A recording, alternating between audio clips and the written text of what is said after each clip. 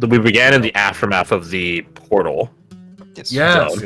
After we just rescued, we just rescued Castor, and we caught up with him.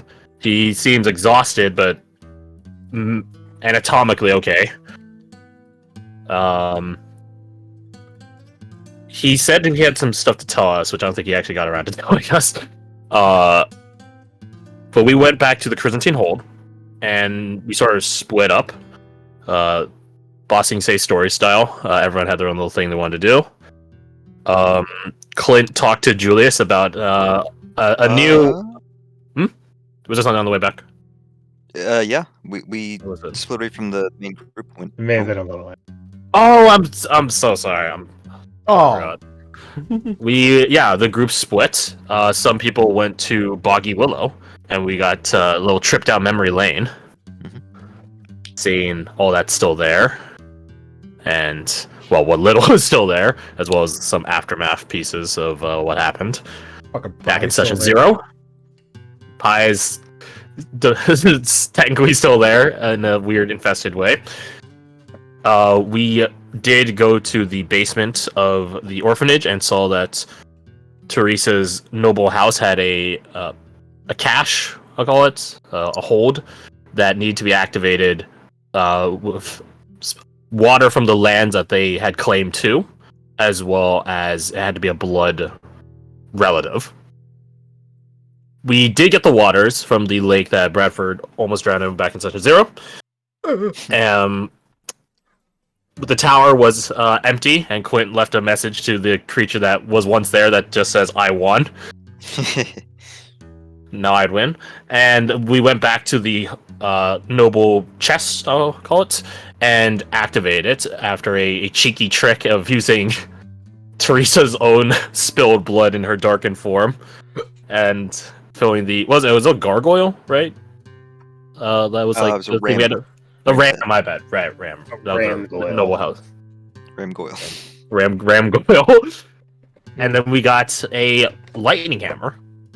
Lawrence the Toll's rune hammer, which we have there in the handouts. Which was a light warhammer that does the d4 lightning damage. Which we presume it's cursed, so... Right. Yeah. And we didn't check. But I presume it's cursed.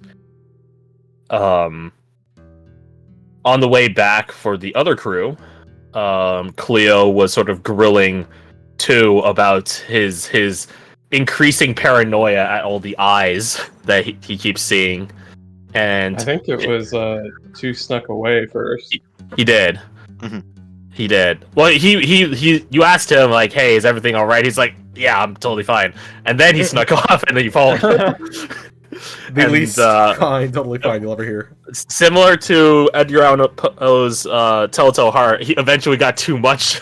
This paranoia grew to be too much, and he just sort of, like, vented about how he still is seeing all these eyes and how he's cursed. Ark, it's here under the floorboards. he was basically like, "Come get me, motherfucker!" Looking in the wood, and nothing did, but something might have noticed him calling out to it. Well, we'll never know what's up with that, right? Right.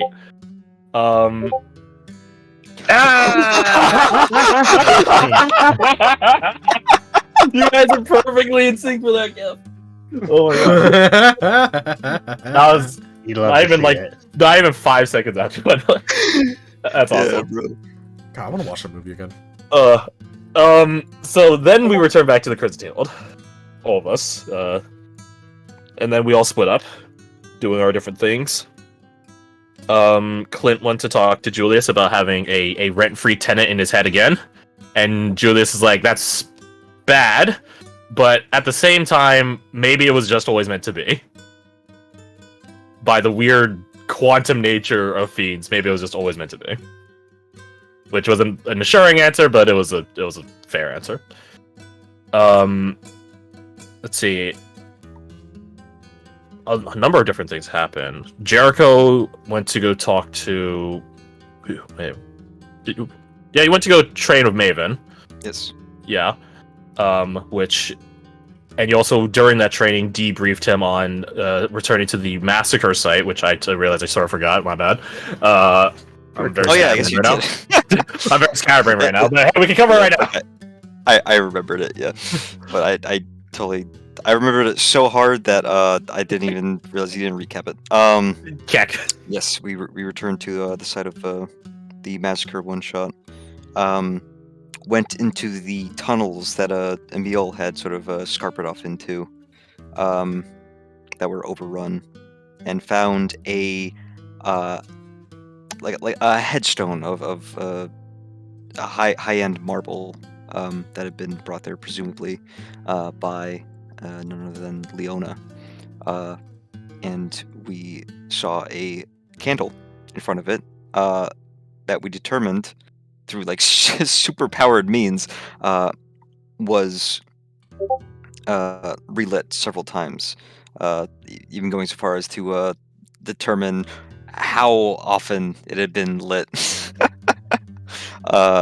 Like the sort of frequency of it.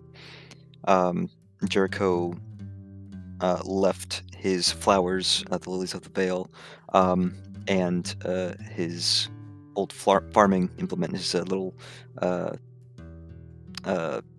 paring knife, his karambit, at the headstone. And yeah, the topic of ambushing Leona was brought up, but he shot that down. He does, however, intend to return there and try and see if he can find her. But yeah, fast forwarding back to Jericho training with Maven, Mr. Clint did happen upon us. Yep, Clint's had some fun insights gained from Andorra about the prismatic order that Jax and Jericho are sort of sworn into now. Sort of. About you definitely Jax debatably. Yeah. Because we haven't seen him do anything with it yet. About one of its did you? Oh, there you go then.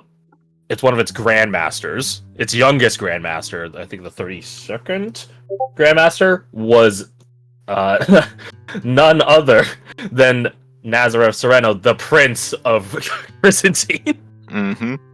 And now it all makes sense why he, I don't know, if fiends are stars that emit light, and light can be broken down into colors, that explains the prismatic elements of the prismatic order, as well as why the armor that we got, the heliosphere, the special relic, required like infrared and ultraviolet and X-ray invisible light to activate it. So I don't know like where that puts us, to be honest. Like I don't know if that means like the prismatic order is cursed or something like that, because he was the 32nd grandmaster. He wasn't the first. So, but nonetheless, we can see where his ambitions lied, because when we fought him, he did describe that fiends were a power source, and now we know what he was powering.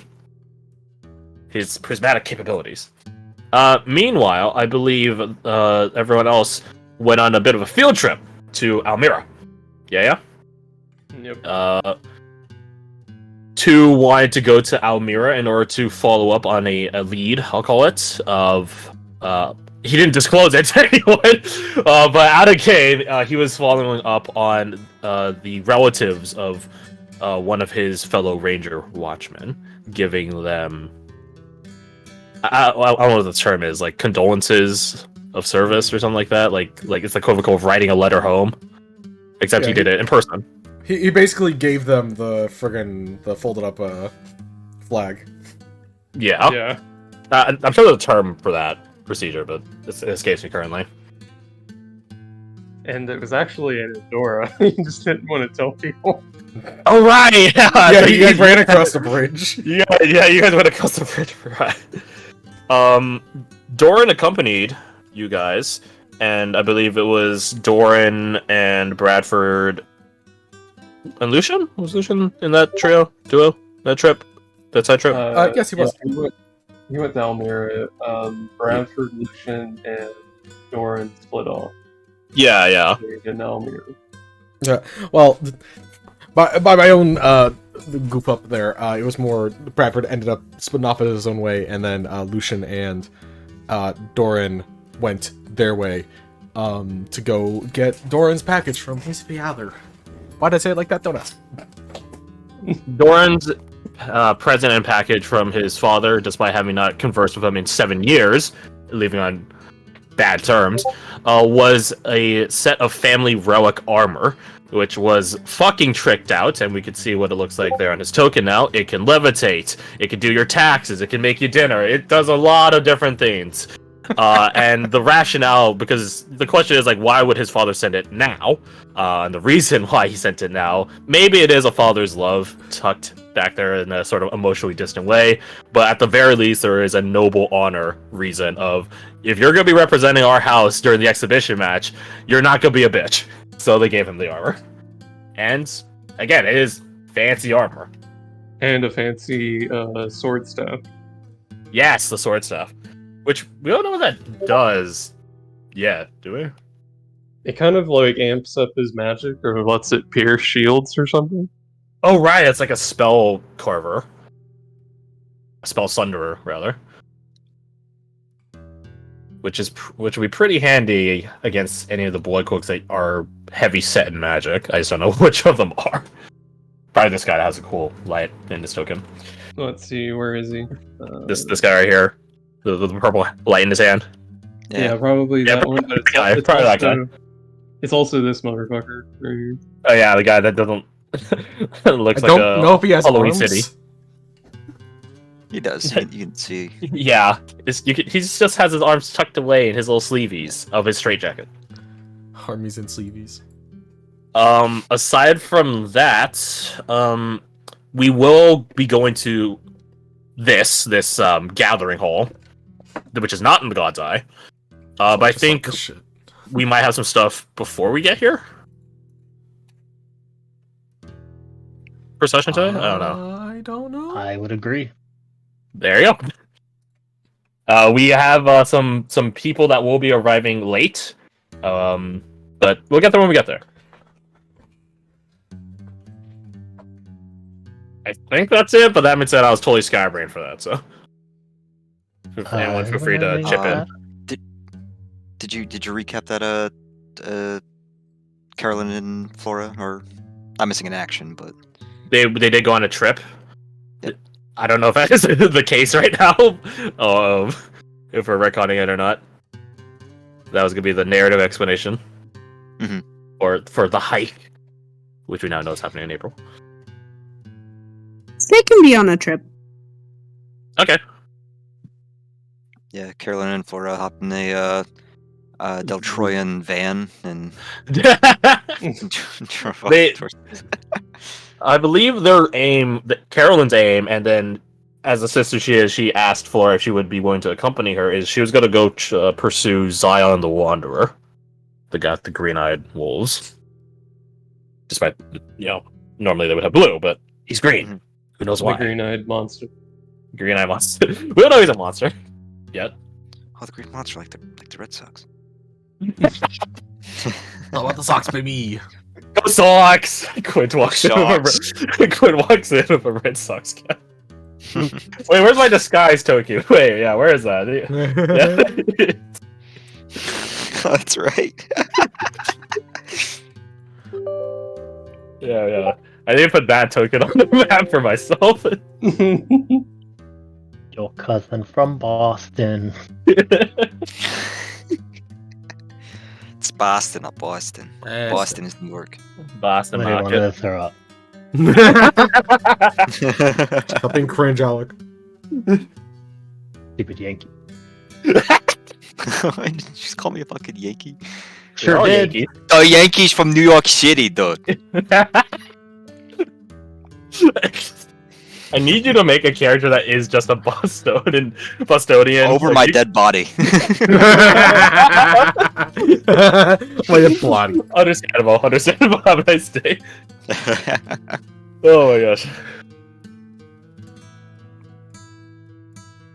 But yeah, I think that's a chance. So, alright, Clint, you wanted to try to do something. Let's start with that. Okay. It might end in like 5 minutes. Correct. Yeah, I am going to leave the premise of the Cryzantine. I will alert Commander Donner to what I'm about to do.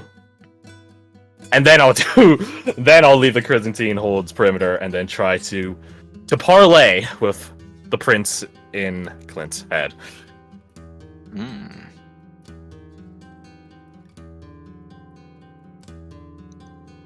In your head. Zombie. I'll go up here. God, This is where Mr. Bard was last time, I think. why don't you just stand right about there? I think that's where he got stabbed. You know that? No, I'm gonna do that. Yeah, that seems poetically like that seems funny. Glad I could assist. Thank you. Going to just sort of sit down. Cast protection from good and evil on himself if I would help in this regard. I have no clue if it would. And then try to reach out, like he would do for like psychic whispering. So you attempt to reach out, drawing to this entity that you believe to have resurfaced inside. As you reach out, you feel nothing.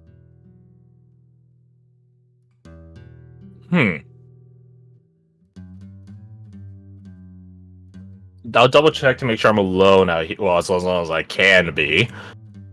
As long as I could discern. And then he'll try saying the name of the prince. Prince Nazareth Serena.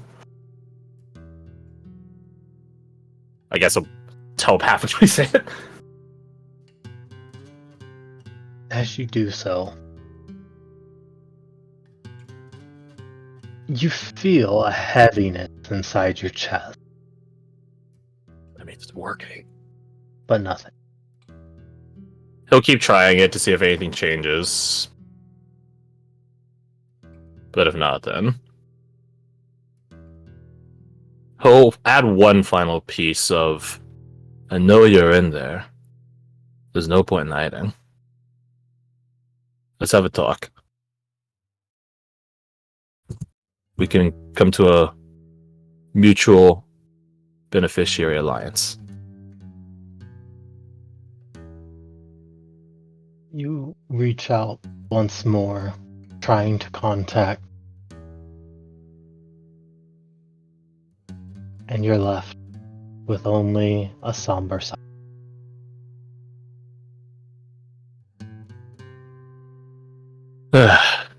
So this is how we're playing it. Alright.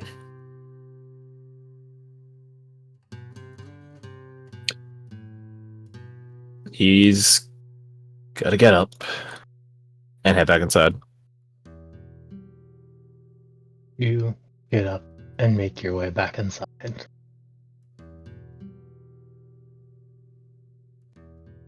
Unsure if what you believe is true, but still fairly convinced, I would assume. Mm-hmm.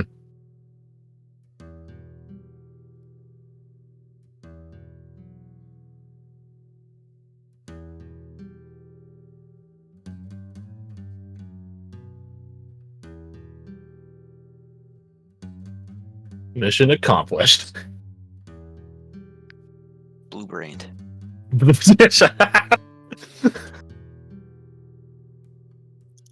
Maybe it's not the prince in there.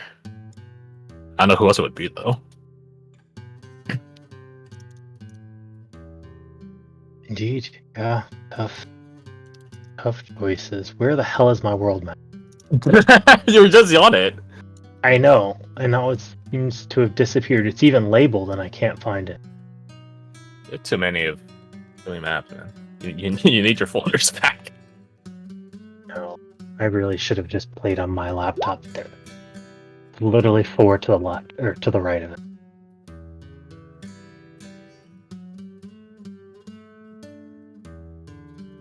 So, with that, you head inside. Let's do the other thing that needed to be done before we go to the god. Jericho, Hello. you wanted to head out Yes, I did. back to your meeting. He's probably headed out. I think when we did that, it was a few days until the exhibition. He probably did that. He's probably gone back there each day. So I assume it's the final day where we pick up. Yeah, I like that. You make your way back over as I look for this map. Oh, found it. That was quick. That's a quick one. Nice.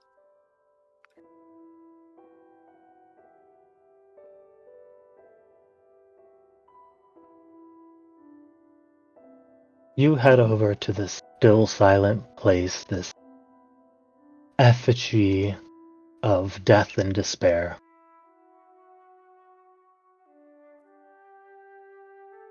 And you notice the crack beneath that leads to where this memorial site. Mm-hmm. Race on over. I think as he passes under here, I imagine, since it's in stone, the line that Gus drew is still there. Right. I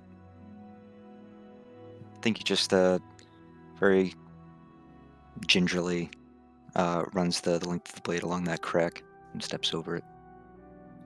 But he'll make his way over, remaining alert,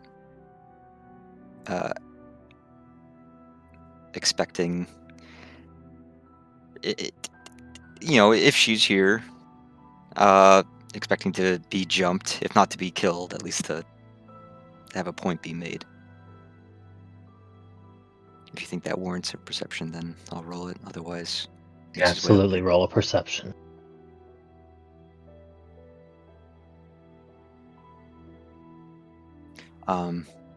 I think it is worth noting that he's taken his ring each time.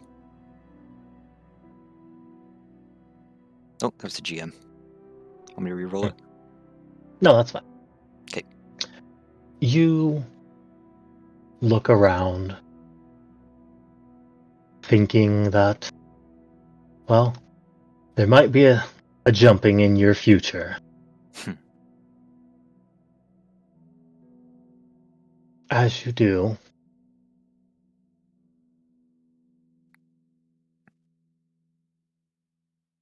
I'm jumped. you do feel as though you hear something from behind.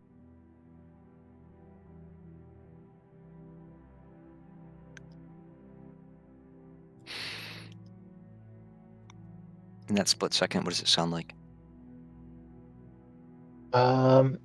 Very, very quiet footstep. Had you been anyone else, you probably wouldn't have even heard. Mm-hmm.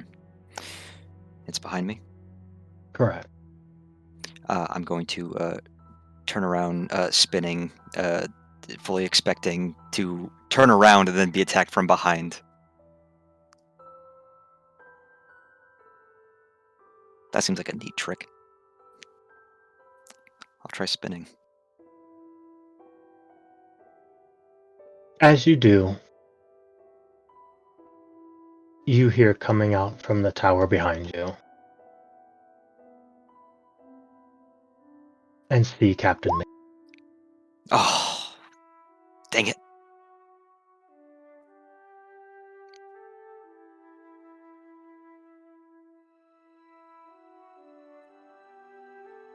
He notices you notice him and just nods, saying, "You've grown quite perceptive." Or maybe you've just grown louder, sir. He points a single finger at you. Perhaps so.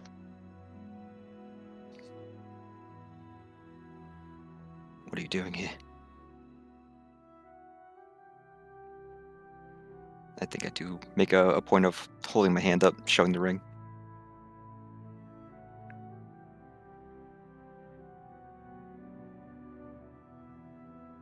He notices that. Perhaps giving my respects the same as you.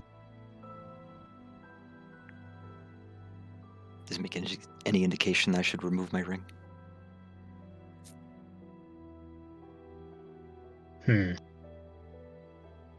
Nothing.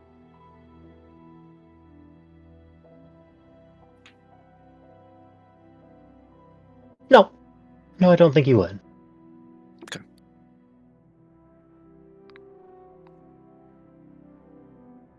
And my hand returns to my side. I gesture towards the hole in the roof. Shall we then? Why don't you go ahead?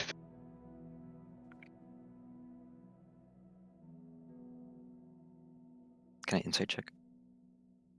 Absolutely. Make sure GM is off. It is. Gonna need cat's eye for sure.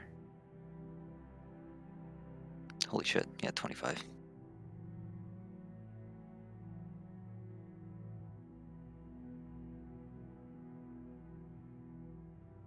His motives are imperceptible, as always. The machinations of my mind are an enigma. I just give him a nod and I'll hop on down.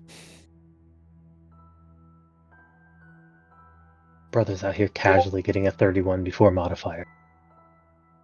Yeah, okay. Sure. I mean, before modifiers. Wait, what?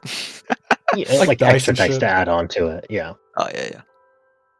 I was about to say how. Alright. Yep. Hop on down. He rolls the D31. What do you mean? Yes. Oh, hey. Hey, there's a map. Oh shit! And her. Oh shit!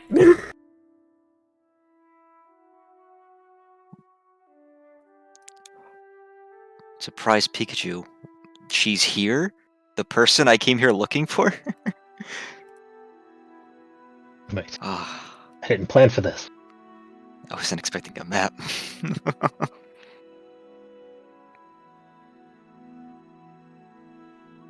Alright.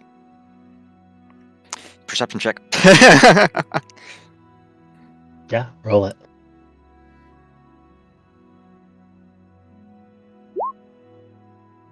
She Nice. seems to be sitting there on her knees, rocked back in almost a prayerful way, using one of those long tip incense to light the candle and burn it. I'll walk on up. 20 feet. 30 feet. 45 feet. Fuck. 55. Okay, fine. I'm just gonna move the whole way. Stop there.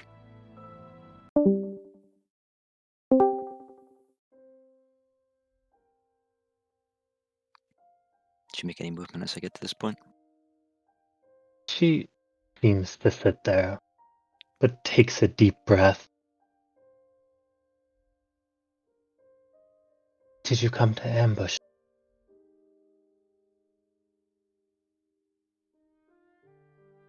Do you really think I'd have done this as sloppily if this was an ambush? That depends on what kind of ambush you're going.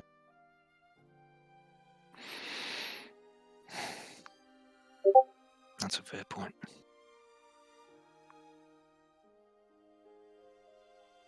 Wasn't my intention. She slides over, Mhm. affording you room.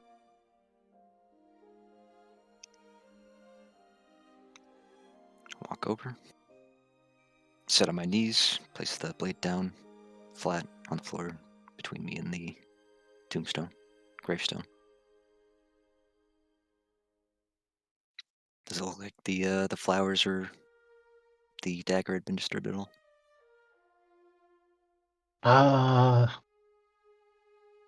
Roll a survival. Okay. Nope. 16. Hard to say, but they're still there, and that says something. Mm-hmm.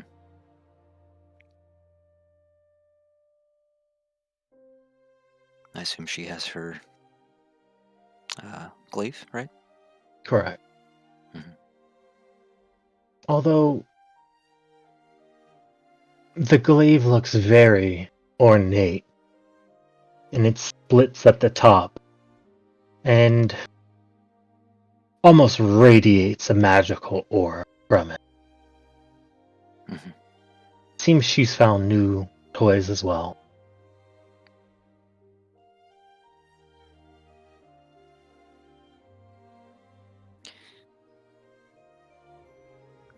I think I will kneel there for a moment, whispering a prayer. One of the many that I've learned. Then, as I close it off, I will turn towards her. What does she appear to be doing? Sitting in silence. She is sitting in reverence as you recite your prayer. Mhm. But hard to say when someone doesn't show you their eye.